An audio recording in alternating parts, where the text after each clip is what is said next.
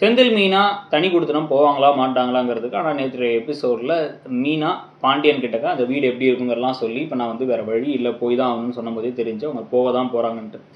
செந்திலுக்கு பாண்டியன் எதிர்பார்த்த மாதிரியே ஒரு பெரிய ஆப்பு ஒன்று ஒரு ஷாப் ஒன்று காத்துக்கிட்டு இருக்கு. இல்லை அவரே நம்ம குடும்பத்துக்கு போயிடணும்னு நினைக்கிற மாதிரி விஷயம் நடக்க போதா, இல்லை மொத்தமாக அவரோட வேலைக்கே பிரச்சனை வர மாதிரி விஷயங்கள் நடக்க போதாங்கிறது தெரியல.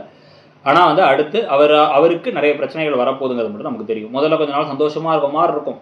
ஆனால் அதுக்கு பிறகு சம்பளம் வந்தோடனே அவர் ஊதாரித்தனமாக செலவழிக்கிறது, பல விஷயங்களில் பார்த்தீங்கன்னா பல அடிகள் விடப்போகுதுன்னு தோணுது.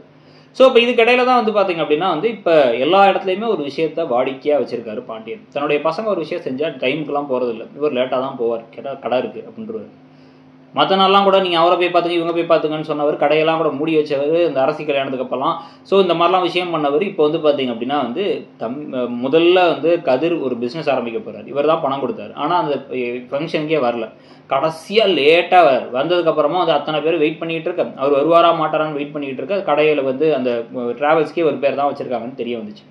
அதே மாதிரி தான் இங்கேயும் பார்த்தீங்கன்னா பால் காய்ச்சறதுக்கு வீட்டுக்கு வந்துட்டாங்க. இவங்களுக்கு விருப்பம் இருக்குது, விருப்பம் இல்லை, ஆனால் அவங்க போகணும்னு முடிவு பண்ணிட்டாங்க. நீங்களும் சரி போயிட்டு வான்னு அனுப்பிவிட்றீங்க.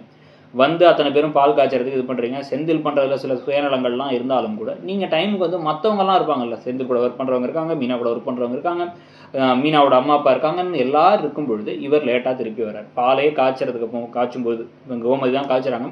இப்போ வந்தோடனே சந்தோஷப்படுறாங்க எல்லாரும். அப்படியே கண்ணெல்லாம் கலங்கி கோமதி வாங்கன்னு சொல்லி சாமியெல்லாம் கும்பிட்டு இப்போ மீனாவும் செந்திலும் இவங்க காலிலலாம் விழுறாங்க. காலில் விழுந்து ஆசீர்வாதம்லாம் வாங்கிக்கிறாங்க. ஓப்பனிங்லாம் நல்லா இருக்கு. இதுக்கப்புறம் தான் என்ன நடக்க போகுது, மீனாவுக்கும் செந்திலுக்கும் உள்ளது எவ்வளோ பெரிய பிரச்சனையாக வரப்போகுது அப்படிங்கிறத பொறுத்து இருந்து பார்க்க போகிறோம். நீங்கள் என்ன நினைக்கிறீங்க? என்ன எவ்வளோ நாள் தனி கொடுத்துன்னு இருப்பாங்கன்னு நினைக்கிறீங்க?